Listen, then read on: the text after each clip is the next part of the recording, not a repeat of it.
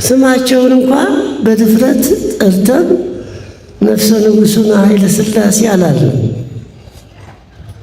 ያኔ ተገድሎ አይደለም በይፋ ቢፈታ ለምን ፈታችሁ ብሎ የሚቀጣል እንዴ? ስንት ቤተ ክርስቲያን ሰርተዋል፣ ስንት አገልግሎት ሰጥተዋል በክርስትናቸው። ኦርቶዶክስ እንዲያውም የኦርቶዶክስ ምልክት እንዲሆን ቅዱስ ማርቆስን ቤተ መንግሥታቸው አጠገብ አይደለም እንዴ የሰሩት? ይህን ያህል እሳቸው በሃይማኖት እንትን የሚባሉን የሚወቀሱ ንጉሥ ነበሩ እንዴ? የእሳቸው ግፍ አለብን። ገላዬን እጠበኝ። እሺ ደግሞ ያታዛዡ ኢትዮጵያዊ ገላውን አጥቦት በል እንግዲህ መድኃኒቱን እስታመጣልህ ድረስ እዚህ ቆየኝ፣ ትንሽ አረፍ ብለህ ጠብቀኝ። እሺ ጋደም ብሎ እንደ እንቅልፍ መተኛት፣ በእንቅልፍ መልክ በዚያው ጥርግ ሳይጥሩ ሳይግሩ ስትንከባከበው የነበረች እኔን አስተማሚ የነበረች እዚያ ሐኪም ቤት እኔ የገባሁበት ነው። እኔ ተከታትያለሁ። በቤተክርስቲያኑ ሁልጊዜ ፍታት ለማን ነው? ለጃንሆይ ተደርጎላቸዋል እንዴ? አልተደረገም እኮ። የሚገርም ነገር ነው። እጹብ ድንቅ ነው። ደብረ ሊባኖስ በዚህ ሰዓት እደርሳለሁ ብለው ይመጣሉ። ትንሽ ደቂቃ ያለፈ እንደሆነ እንዴ እኛ ንጉሥ የሆኑ ሰዓታችን ለምን ይተላለፍብናል ብሎ መበሳጨት። ዛሬ መጥቶ የሚያስቀድስልን እስቲ ጋር ሰዓት ይጠራል። እንዲያው አልፈን እንዲያው 3 ሰዓት ድረስ እንጠብቀው ነበረ። የለም ጡር ውለናል፣ ግፍ አድርገናል ባለፉት ላይ ካለማመን የተነሳ አለ ወንድሙን ዘለፉት። አሸባሪ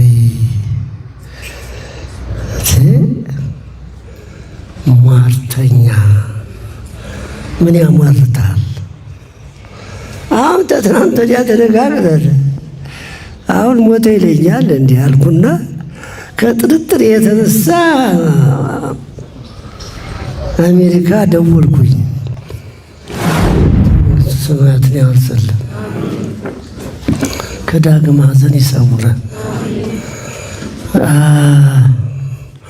ካልዕ ፍትሐ እግዚአብሔር ወካልዕ ፍትሐ ሰብ ይላል። በዚህ በፍትሐ ነገሥት መግቢያ ላይ እግዚአብሔር የጥሪ ፍርዱ ለብቻ ነው። ደግሞ ለምን የሚለው የኛ በማናውቀው ለምን የሚለው ፍርድ ለብቻ ነው። እሱ ወሳኙ እግዚአብሔር ነው። የጥሪው ፍርዱ አይመለስም። ይጠራ ካለ አለቀ። ነገ ዛሬ ማለት የለም።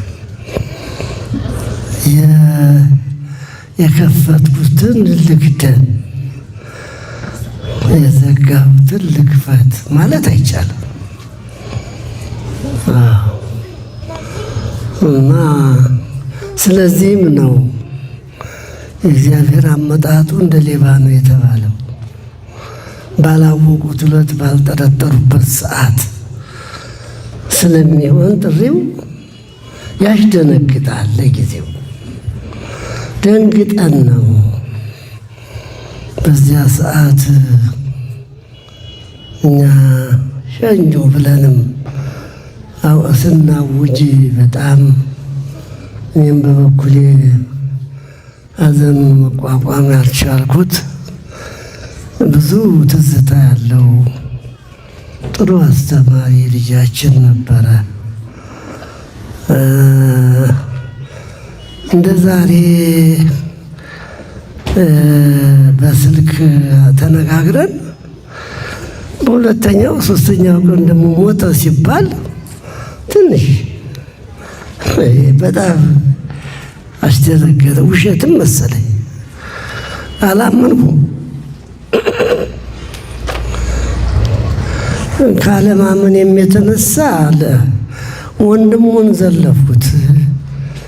አሸባሪ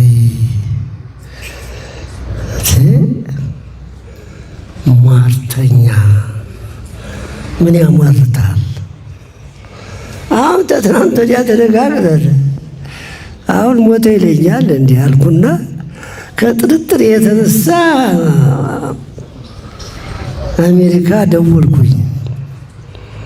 አይ እውነት ነው ስባል ነው ቁርጡን ያወቅኩት። ሰው ማስተጠራጥሯል ለምን ካልዳሰስኩት ያለው እኔም አይታይብኝም እኮ ያውና መቼም እግዚአብሔር ባዘዘው ሆነና የእሱ እረፍት ላይ ተሰማ። አገለገለበት ቦታ ላይ አስከሬኑ ተዘርግቶ በሊቃውንት እንዲፈታ። ይህ እኮ የእግዚአብሔር ጥበብ ነው። እመቤታችን መርጣ ጥሪውን አዘጋጅታ ነው ወደዚያ የጠራችው። አሜሪካ አረፈ ባይባል ኖሮ ዓለም ሁሉ ያውቀው ነበር። እዚያ አንድ ጎጆ የሚያድርበትም አይታወቅም። ለማጋነን አይደለም፣ ባሕታዊ ነው ያልነው። አያውቁትም እኮ ምናልባት ወንድሙ ያውቀው እንደሆነ አላውቅም። ወንድሙ ያውቅ እንደሆነ የሚያድርበትን ቦታ የሚያውቅም የለም። እዚያ ሞቶ ቢሆን አርፎ ቢሆን እንደዚህ ይገን ነበር እንዴ? ውይ እንዲያው ተኛበት እንዴ ኮነ ብሎ እንደ ማንኛችም ሰዎች ገና እንዘው መውሰድ ነበረ እንጂ እንዲህ ዓለም የሚነቀንቅ ሐዘን የትኛውም መሪ በዚህ መልክ እኔ እንጃ መቼም እንትና መስቀል አደባባይ እስኪጨነቅ ድረስ ቅድስት ሥላሴ ቤተ ክርስቲያን መቆሚያ እስኪጠፋ ድረስ ሁሉ አልቃሽ ሆኖ ተሞ እንዲወጣ እንግዲህ የወንጌል አገልግሎት በቅንነት ከተፈጸመ እንዲህ ያለ ዋጋ አለው ወይ? በምድር የሚያሳያል ወይ? እንዲህ ያከብራል ወይ? የወንጌል ሰባኪ ሁሉ ወዲያው የሚነቀንቅ ትምህርት የሚሆን የሚያነቃ እኛ በድንገት ስለሆነብን ደንግጠን አሸበርን። ግን ውስጡ ጥበብ እግዚአብሔር ነው። እሱ ለክብር የተጠራ ሰው ነው። በምድርም ታየ አረቦን ነው የምለው። ማንኛውም ፓትርያርክም እኮ ሸኝተናል።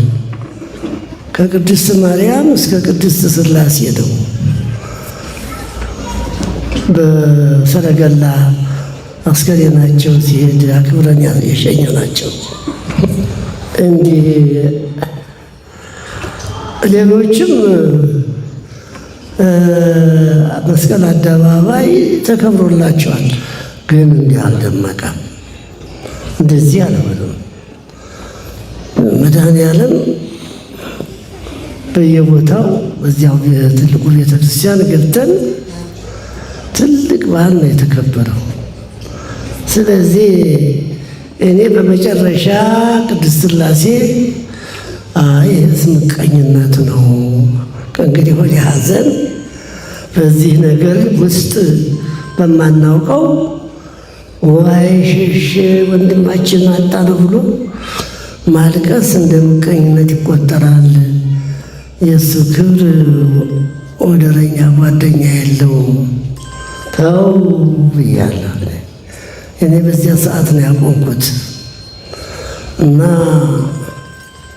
ጥሩ ነው። ደግሞ የሚገርመኝ አብያተ ክርስቲያናት በአዲስ አበባ መቼም ያልደረሰበት የለም። በቅን አገልግሎት እንዳገለገል አውቃለሁኝ። ከአየር እንደወረደ እንቅልፍ ሳይጥለው አገልግሎቱ እንዲህ ያለ ቦታ አለብኝ ብሎ ይሮጣል። ያችን ሰርቶ ነው ወደ ቤቱ የሚገባው። በቅን ካገለገሉ እግዚአብሔር አይረሳም። አሁን እዚህም ቦታ የመጣ በስፋት ያገለግል ነበረ። ያንን አስታውሳችሁ መብራት እያበራችሁ ስሙን እየጠራችሁ አገልግሎት ፈጸማችሁ። አንድ ቀን ብቻ አይደለም። ስንት ቀን ነው? 4 ቀን። 4ኛ ቀን ነው ዛሬ። ታዲያ ለማን የተደረገ ይሄ? መቼማያስ ለምቀኛ ሰው ያስመቀኛል እንዴ ብሎ ይመቀኛል። ለደግ ሰው ደግሞ አይሁዳ የእግዚአብሔር ስራ ብሎ የእግዚአብሔር ቸርነት ነው የሚያደንቀው። አዎ ለካ ላገለገሉት እግዚአብሔር እንዲህ ቅርብ ነው ብሎ ያደንቃል እንጂ ምንድን ይሄን ያህል ብሎ አያጣጥልም። ያጣጥላል እኮ ምቀኛው። አዎ ቢሆንም ሆኗል። አሁን ሆኗል፣ ተደርጎለታል። ምንም ማድረግ አይቻልም። በየቤተ ክርስቲያኑ ሁልጊዜ ፍታት ለማን ነው? ለጃንሆይ ተደርጎላቸዋል። አልተደረገም እኮ። የሚገርም ነገር ነው። እጹብ ድንቅ ነው። ትልቅ ክብር ነው። የክህነት አገልግሎት ዲያቆን ነው። በዲቁናው አገልግሎት ሰባኪ ሆኗል። እንደ እስጢፋኖስ ወንጌልን ሰብኳል። በቃልም በመጽሐፍም በተጠየቀው ይመልስ ነበር እስጢፋኖስ ተብሏል። እሱም ደግሞ ድንገት ተነስቶ መጽሐፍ ቅዱስ ልመልከት ምናምን አይልም። እንደ ስጦታ ሆኖ ብቻ ተነስቶ ጉባኤውን ያካሂዳል። በአጥጋቢ ሁኔታ በጥሩ ሁኔታ ምዕራፉን ከነቁጥሩ አዋህዶ ያሰራጫል። ከእኔ ጋራ ብዙ ዞረናል። በበረሃም ታይተናል። በረሃ ድረስ ሄዷል እኔን ተከትሎ እና በቀላሉ አይደለም የገመትኩኝ። እኔ በጣም ቆራጥ ጥሩ ወንጌላዊ ጥሩ አገልጋይ የቤተ ክርስቲያን ልጅ። ቤተ ክርስቲያናችን ተጎድታለች። እሱን የመሰለ አገልጋይ እንዲተካላት ልትጸልይ ይገባታል ባይነኝ። በጣም በጣም በጣም ተፈላጊ ሰው ነው ያጣነው እና ምዕመናንን ደህና አድርጎ የሚያጽናና ሲያዝኑ ደርሶ የሚያጽናና ጥሩ የወንጌል መልእክት የሚያስተላልፍ ልጃችን ስለሆነ አስደንግጦናል። ግን በእግዚአብሔር ፍርድ መግባት ደግሞ ወንጀል ነው፣ አይገባም። ያን ያህል ክብር የደረሰው በእግዚአብሔር ቸርነት ነው። የእግዚአብሔር እጅ አለበት። ለዚህ ያበቃው የእግዚአብሔር ጥሪ ነው። አለ ምክንያት አልተጠራም። ደክመናል በበኩላችን። እኔ በበኩሌ አባቶችም ከኔ በላይ ያሉትን በጸሎት ከእግዚአብሔር ጋር የሚነጋገሩትን አነጋግሬያለሁ። ወይ በቆቡ ወይ በተክሊሉ አንዱን ለይ በማለት ወጥሬ ይዤ ነበረ። 3 ሱባኤ ተገብቶለታል። በዚህ መካከል ዓለሙኒ ኃላፊ ንብረቱኒ ኃላፊ እስመ ኩሉ ኃላፊ ብለህ ጸልይለት ነው የተባሉት። ሰውየው ምን ማለት ነው? ምንኩስና ነው? ምናኔ ነው አልኩ። ደግሞ እኔ የምን ሞት ነው ደግሞ እኔ በሱ ላይ አልተመኘሁም። ሰውየው ግን ገብቷቸዋል። ባጭሩ እስከዚያች ሰዓት 49 እንደማያልፍ ገብቷቸው ነው አይደለም ባሉ እንደተረጉ የሚተርጉት ነው የተለያየ ነው። እዛው ለተረሲ የሚሆነው ብለው ደግሞ ነው እንትን ያሉኝ እና ዓለሙኒ ኃላፊ ንብረቱኒ ኃላፊ እስመ ኩሉ ኃላፊ ውእቱ የሚለውን ጸልዩለት ማለት በቃ ነው። እድሜ ተገቷል ነው የሚለው ትርጉም ኖሯልን ያልገባኝም። ስለዚህ እግዚአብሔር ያደራውን ድር ሰው አይቆጥረው ከእስከ አይለው እና ጥሩ መንገድ ላይ ሄደው ምን ሊያተርፍ እኛን ለማገልገል ቢቆይ ጥሩ ነበረ አለ እንጂ ለራሱ ምንም የሚያተርፈው ነገር የለም። አንጀቱን አስሮ ነው የሚኖረው። እኔ አላውቅም በፍጹም። ይልቁንም ለእኔ እንዲያርግ ይለኛል እንጂ የራሱን እንዲህ ነው ብሎ አይናገርም። ከ9 ሰዓት በፊት እህል አይቀምስም እና አንገት የሚያስገባበት ጎጆ ሄደው አይባልም። ለእናቱ ወንድሞቹ ሰርተውላቸዋል ቤት። እነሱም አይደሉም አባትየው ናቸው። ቀደም ብሎ የተሰራ ቤት ነው አሉ እኔ ስጠይቅ። እነሱ ውሎ የሚያድርበትን ሰው የማያውቅለት ባይታዊ ነው ማለት ለማጋነን አይደለም፣ እውነት ነው። እውነት ሆኖ ተገኝቷል። ታዲያ ለእንዲህ ያለው ማታ ማንኛው ይሻለዋል? እሱ እዚህ ተስፋ ያልጣለበት ዓለም ውስጥ መኖር ይሻለዋል እንዴ? አንጀቱን በረሃብ አኮማትሮ ሁልጊዜ ጾም ወጥቶ ከሚገባበት አፍልቶ የሚያቀርብለት ሳይኖር ክንብል ብሎ የሚያድር ጸዋሚ ተሐራሚ ታዲያ ማንኛው ይሻለዋል? ምን አባቱ ያለም እንኳን ቀረበት ያሳዝንም። ጥሩ ተሸጋገረ። ሞት መሸጋገሪያ ድልድይ ነው ወደ ዘላለም ሕይወት። እንዲህ ያለው ሞት እኮ አይገኝም። እግዚአብሔርን እያገለገሉ ኖሮ ሳይታሰብ ድንገት ሽው ማለት የተገኝቶ ደግሞ ተኛበት እንቅልፍ እኮ ነው እንደሰማሁት። ጠይቄያለሁ እኮ ገላዬን እጠበኝ።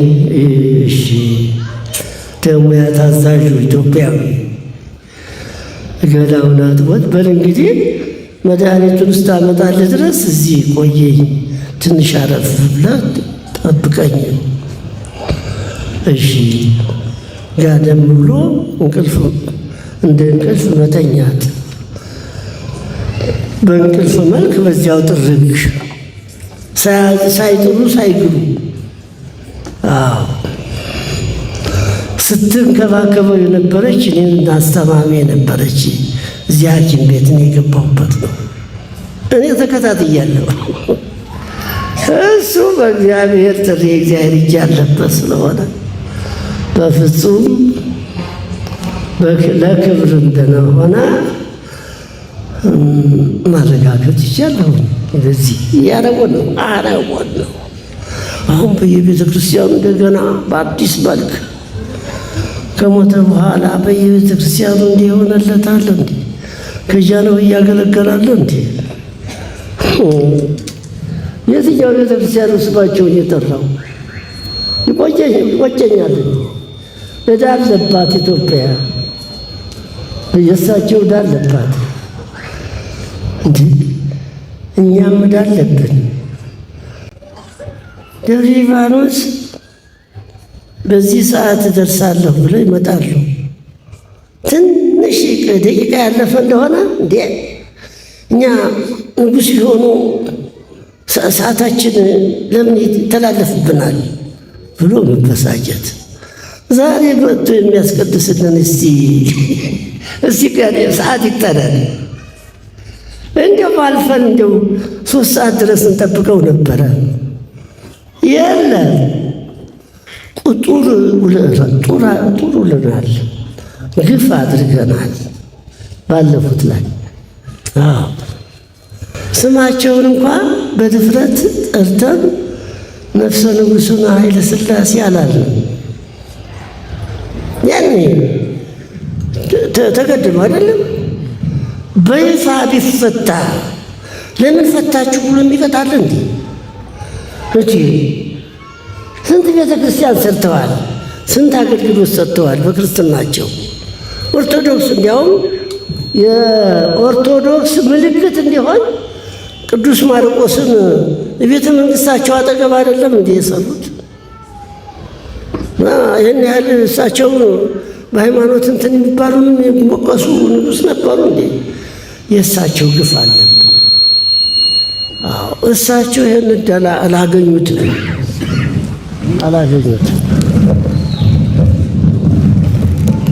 እና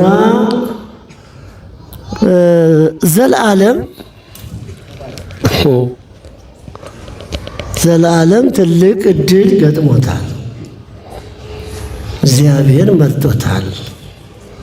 ሳይንገላታ ምንም እንኳ በስራው በኩል እዚህ ወንጌልን ለማስተማር ቢደክምም የድካሙን ዋጋ እግዚአብሔር ቆጥሮለታል ባይለኝ። አዎ እንዲህ ያለ ዕድል የገጠመው አስተማሪ አላየሁም። ወንጌልን የሚያስተምሩ ሰዎች እንዲቀሰቀሱ በጥሩ አገልግሎት እንዲያገለግሉ ከልብ በመነጨ ስሜት ሩጠው እንደሱ ሌት ከቀን ደክመው አገልግሎት ለምእመናን እንዲሰጡ እንዲያው መመሪያ የሚሆን ቀስቃሽ የሚሆን ሞት ነው፣ እረፍት ነው፣ የዘላለም እረፍት። ስለዚህ በጣም ደስ ያሰኛል እንጂ አያሳዝንም። እንዲህ ያለ ዕድል የገጠመው አስተማሪ ሐዋርያ አላየንምና ነው። ክብር ምስጋና ለእግዚአብሔር ይሁን።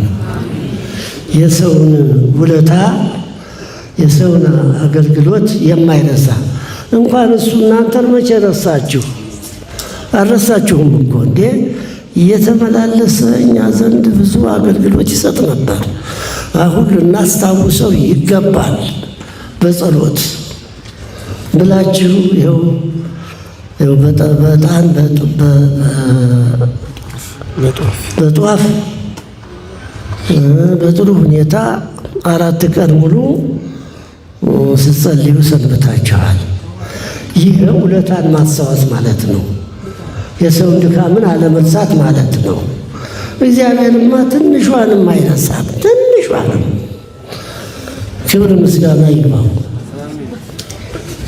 እግዚአብሔር ይባርካችሁ፣ አገልግሎታችሁን ወዶ ይቀበልላችሁ።